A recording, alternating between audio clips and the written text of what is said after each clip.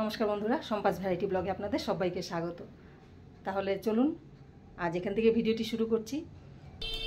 তাহলে বন্ধুরা, আমি রান্না বসিয়ে দিয়েছি। এদিকে কড়াই গরম হয়ে গেছে, দিয়ে দিচ্ছি তেল। এখন আমি চিচিঙ্গাটা ভেজে নেব।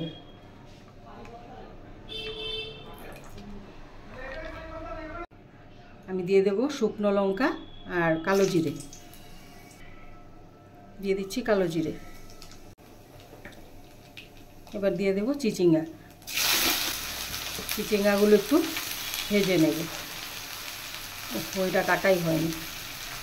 দিয়ে দিচ্ছি দুটো কাঁচা লঙ্কা। এবার নুন হলুদ দিয়ে এটা একটু ভাজা ভাজা করে নেব। আর এই চিচিঙ্গা এমন একটা সবজি যেটা দিয়ে ভাতও ভালো লাগে খেতে, আবার রুটিও ভালো লাগে।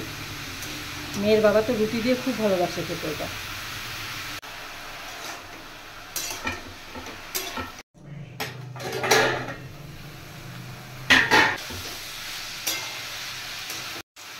এবার একটু চিনি দিয়ে দেব, আর একটু মিষ্টি মিষ্টি হলে খেতে ভালো লাগে। চিচিঙ্গা ভাজা হয়ে গেছে, এবার আমি নামিয়ে দেব।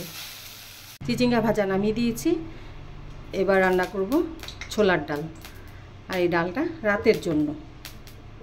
রাতে আমি রান্না করি না, কারণ টিউশন থাকে, এই জন্য দিনে রান্না করে রাখি, রাতে আবার গরম করে নিই। তেল গরম হয়ে গেছে, এবার আমি দিয়ে দিচ্ছি গোটা গরম মশলা, লবঙ্গ, এলাচ, দারচিনি দিয়ে দিলাম।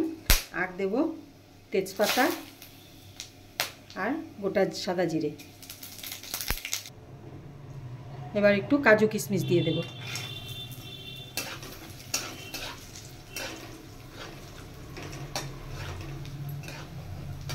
এবার দিয়ে দেব পেস্ট করে রাখা আদা।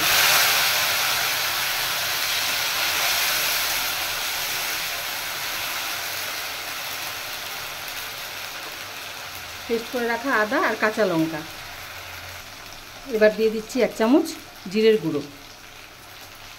এবার সামান্য শুকনো লঙ্কার গুঁড়ো। শুকনো লঙ্কার গুঁড়োটা কালারের জন্য দিচ্ছি। এবার দিয়ে দিচ্ছি হলুদ।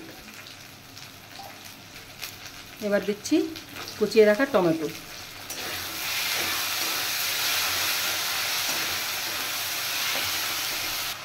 এবার সামান্য নুন দিয়ে দেব। আর ডাল সেদ্ধ করার সময় আমি নুন দিয়েছিলাম, তাই এখন একটু করে দিলাম। আর এবার দেব চিনি দিয়ে দিলাম।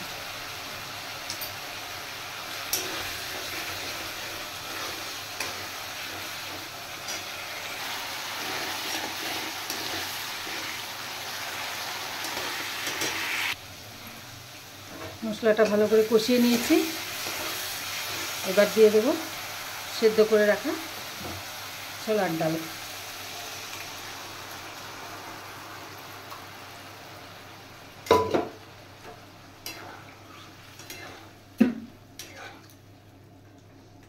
এবার একটু গরম জল দিয়ে দেবো, সামান্য গরম জল দিয়ে দিয়েছি।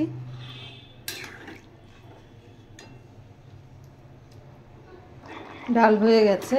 আর ডালটা আর শুকোবো না, কারণ রাতে খাবার সময়টা আবার গরম করতে হবে, তাই এখন এরকমভাবে আমি গ্যাসটা অফ করে দেব, আর জাল দেব না। ছোলার ডাল নামিয়ে দিয়েছি। এবার আলু ফ্রাই করে নেব।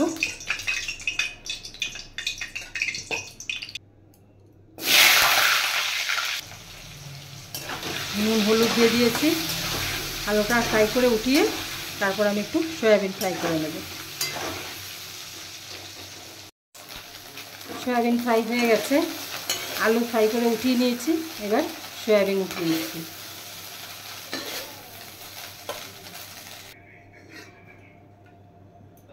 এবার দিয়ে দেবো আবার তেল। এবার দিয়ে দিচ্ছি শুকনো লঙ্কা, তেজপাতা আর গোটা জিরে। এবার দিয়ে দেব পেস্ট করে রাখা কাঁচা লঙ্কা, আদা, আর তার সাথে আছে জিরের গুঁড়ো, হলুদ, নুন, লঙ্কার গুঁড়ো, একসাথে পুরোটা মিশিয়ে দিয়ে দিলাম। এবার দিয়ে দেবো টমেটো।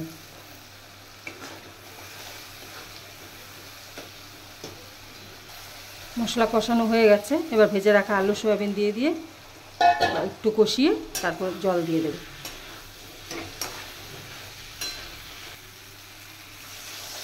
সয়াবিন তরকারি হয়ে গেছে, এবার দিয়ে দেব গরম মশলার গুঁড়ো আর দেব ঘি। এবার নামিয়ে দেব। সয়াবিন তরকারি হয়ে গেছে। তাহলে বন্ধুরা আমার রান্না কমপ্লিট। এখানে আছে ছোলার ডাল, এখানে আছে আলু সয়াবিন তরকারি, আলুগুলো একটু বেশি ভেজে নিয়েছি, এখানে আছে চিচিঙ্গা ভাজা, আর এখানে আছে মান বাটা। এবার বেগুন ভাজা করে নেব, তাহলে আমার রান্না কমপ্লিট।